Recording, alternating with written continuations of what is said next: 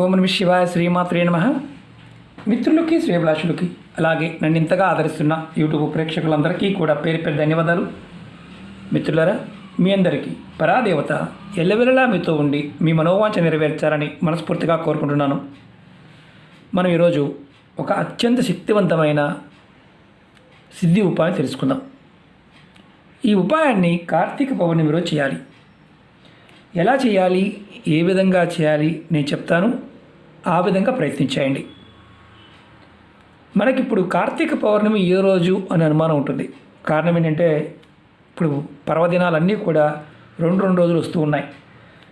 ఈసారి నవంబర్ 18 గురువారం మధ్యాహ్నం 12 గంటల నుండి 19వ తారీఖు శుక్రవారం 2:30 వరకు ఈ కార్తీక పౌర్ణమి ఉంటుంది.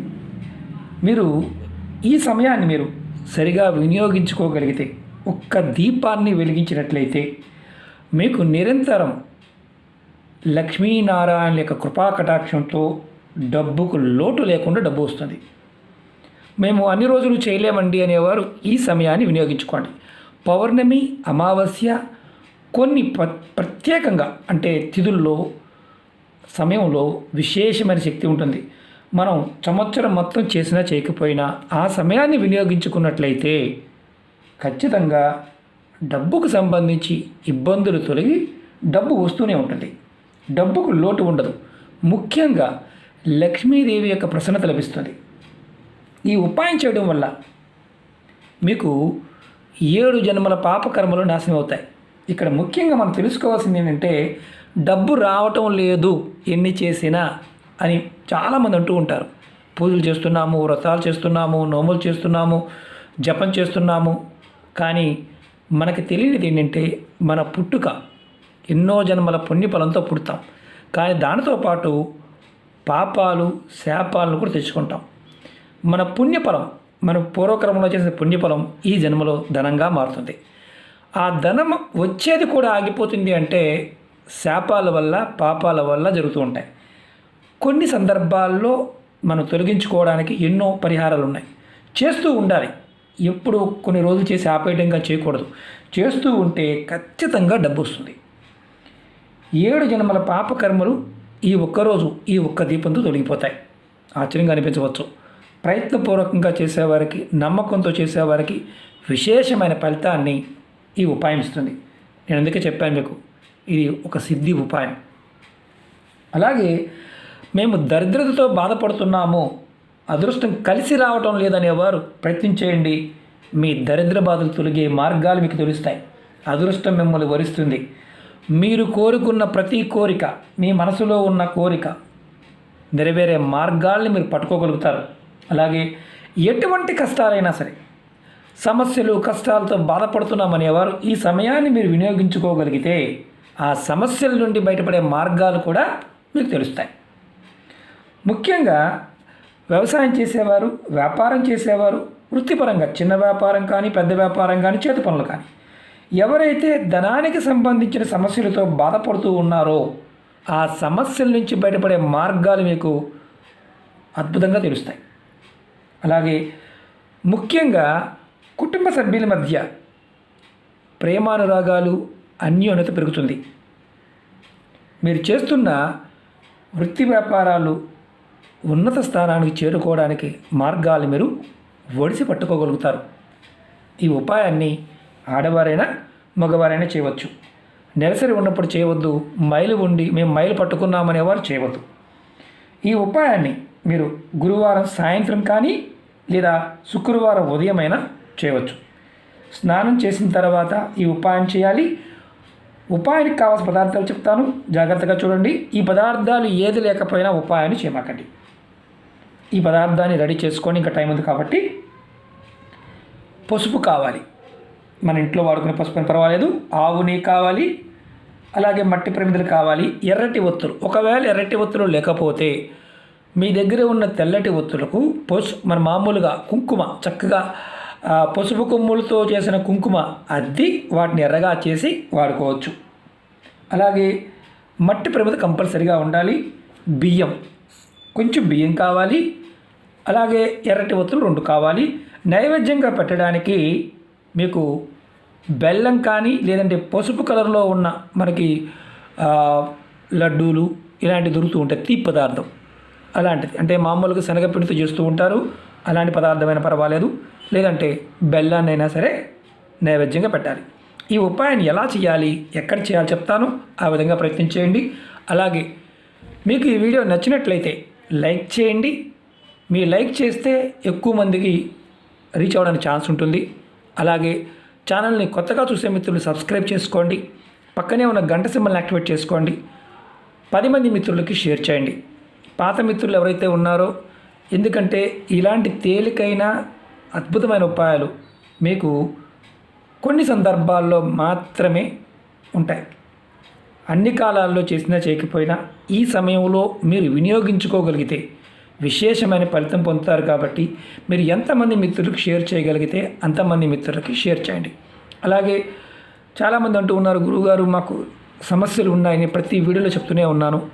చాలా వీడియోలు ఉన్నాయి మన ఛానల్లో ఉన్న వీడియోస్లోకి వెళ్ళండి, లేదా ప్లేలిస్ట్లోకి వెళ్ళండి. మీరు ఆచరించగలిగేదాన్ని ప్రయత్నించేయండి. మాకు చూడటం చేత కావడం లేదనే వారికి వీడియో డిస్క్రిప్షన్లో నేను లింక్ ఇచ్చాను, కొత్త ఛానల్ లింక్స్ కూడా ఇచ్చాను, దానిలో కూడా వీడియోలు షేర్ చేస్తూ ఉన్నాను. ఫేస్బుక్లో కూడా షేర్ చేస్తూ ఉన్నాను. మీరు ఫేస్బుక్లో కూడా ఫ్రెండ్ రిక్వెస్ట్ పంపించండి.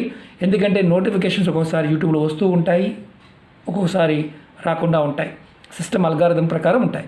కాబట్టి ఫేస్బుక్లో కూడా మీకు షేర్ చేస్తూ ఉంటాను, కొత్త ఛానల్లో కూడా షేర్ చేస్తూ ఉన్నాను. వాటిని కూడా సబ్స్క్రైబ్ చేసి గంట సింబల్ యాక్టివేట్ చేసుకోండి. ఎందుకంటే తేలికైన ఉపాయాలు, విశేషమైన ఫలితాన్ని ఉపాయాలు చాలామంది జీవితాలు మారుతూ ఉంటాయి. ఎంత చేసినా ఫలితం రాదనే వారు ఖచ్చితంగా ప్రయత్నం చేయవలసిన ఉపాయం ఇది. ఎందుకంటే ఒక్కసారి మనం మన అదృష్టాన్ని పట్టుకోగలిగితే చాలు, ఖచ్చితంగా మార్పులు మనం చూడగలుగుతాం. మీరు ఈ ఉపాయాన్ని రావి చెట్టు దగ్గర చేయాలి. ఈ రావి చెట్టు దేవాలయంలో ఉన్న, మీ ఇంటి దగ్గర కుండీలో పెంచుకుంటూ ఉన్న, రోడ్డు పక్కన ఉన్న, ఎక్కడైనా సరే చేయవచ్చు. కానీ శుభ్రంగా ఉన్న దగ్గర చేయడం చాలా మంచిది. అందుకని మీకు ముందుగా మీరు దేవాలయంలో ఉన్న రావి చెట్టు దగ్గర మాత్రమే ప్రయత్నం చేయండి. 99.9% ఇంట్లో పెంచుకుంటున్నారనుకోండి, చేయవచ్చు. మా ఇంట్లో గోడ మీద పెరిగిందండి, అక్కడ కూడా చేయవచ్చు. గోడ మీద పెరిగిన దానికి చేయమాకండి. మట్టిలో ఉన్న రోడ్డు పక్కన ఎక్కడైనా ఎవరైనా మామూలుగా పెంచుతూ ఉంటారు కదా, అక్కడైనా చేయవచ్చు. అది గుర్తుంచుకోండి. ముందుగా మీరు చెట్టు దగ్గరికి ఈ పదార్థాలన్నీ తీసుకువెళ్ళండి. వెళ్ళిన తర్వాత అక్కడ చెట్టుకి కొంచెం, చెట్టు మొదల్లో ఏదైనా బయట ఎక్కడ చేస్తున్నప్పుడు ఏదైనా ఆకులు వలం ఉంటే కొంచెం శుభ్రం చేయండి. తర్వాత కొద్దిగా నీరు పోయండి. నీరు పోసిన తర్వాత పసుపు తడిపి చక్కగా చెట్టుకి బొట్టు పెట్టండి. ఉంగరపు వేలుతో బొట్టు పెట్టండి రావి చెట్టుకి. తర్వాత మట్టి ప్రమిదలో కొంచెం ఆవు నెయ్యి తీసుకోండి. ఆవు నెయ్యి వేసి తర్వాత దాంట్లో ఎర్రటి ఒత్తులు 2 వేయండి. విడివిడిగా ఉండాలి. నేను చూపిస్తున్నా మీకు, నేను జస్ట్ మీకు చూపించడం కోసం మాత్రమే ఇది. ఎందుకంటే ప్రాక్టికల్గా చూస్తే త్వరగా అర్థమవుతుందని చెప్పడం, అంటే చేసేవారికి కూడా ఎలా చేయాలో తెలుస్తుందని చెప్పడం మాత్రమే. జస్ట్ లేకపోతే ఒక్క నిమిషంలో మీకు చెప్పేసి పక్కన పడవేయచ్చు. అలా చెప్పడం వల్ల ఎటువంటి ఉపయోగము ఉండదు, తర్వాత మీకు అర్థం కాదు, మీరు మళ్ళీ రెగ్యులర్గా కామెంట్ చేస్తూనే ఉంటారు. ఇప్పుడు మనం ప్రమిదిలో ఒత్తులు వేసాం. తర్వాత ఏం చేయాలి? ఇప్పుడు ఒత్తులు వేసిన తర్వాత ఈ ప్రమిదికి పసుపుతో బొట్టు పెట్టండి. ఇలా తడపాల్సిన అవసరం లేదు. ఇప్పుడు ఈ ప్రమిది లోపల మీరు 3 బియ్యపు గింజలు వేయండి. 1, 2, 3 చాలు. వేసిన తర్వాత ఈ ప్రమిదిని రావి చెట్టు దగ్గర, చెట్టు ఇది అనుకోండి, నేను చూపిస్తాను, చెట్టు అనుకోండి, చెట్టు దగ్గర ఇలా పెట్టండి. 2 ప్రమిదలు పెట్టవచ్చు అని అడుగుతూ ఉంటారు. 2 పెట్టవచ్చు, ఇబ్బంది ఏం లేదు. 1 కూడా పెట్టవచ్చు, ఇబ్బంది ఏం లేదు. ఇప్పుడు మీ మనసులో ఈ ప్రమిది రావి చెట్టు దగ్గర పెట్టిన తర్వాత మీరు ఒక ఆకులో, రావి ఆకులో కానీ ఏదైనా ఆకులో అయినా సరే కొంచెం బెల్లాన్ని ఇలా నైవేద్యంగా పెట్టండి, లేదా స్వీట్స్ పెట్టండి. ఇప్పుడు పెట్టిన తర్వాత దీపం వెలిగించండి. దీపం వెలిగించిన తర్వాత మీరు ఒక చిన్న మంత్రాన్ని మనసులో జపం చేయాలి. ఆ మంత్రం కూడా చెప్తాను. ఆ మంత్రాన్ని వీడియో డిస్క్రిప్షన్లో కూడా పెడతాను. మీకు దీపం వెలిగించి చూపిస్తాను. నేను అగ్గిపుల్లతో వెలిగిస్తున్నాను, మీరు సాంబ్రాణి పుల్లతో వెలిగించండి. ఇది చూపించడం కోసం మాత్రమే, డెమో మాత్రమే ఇది.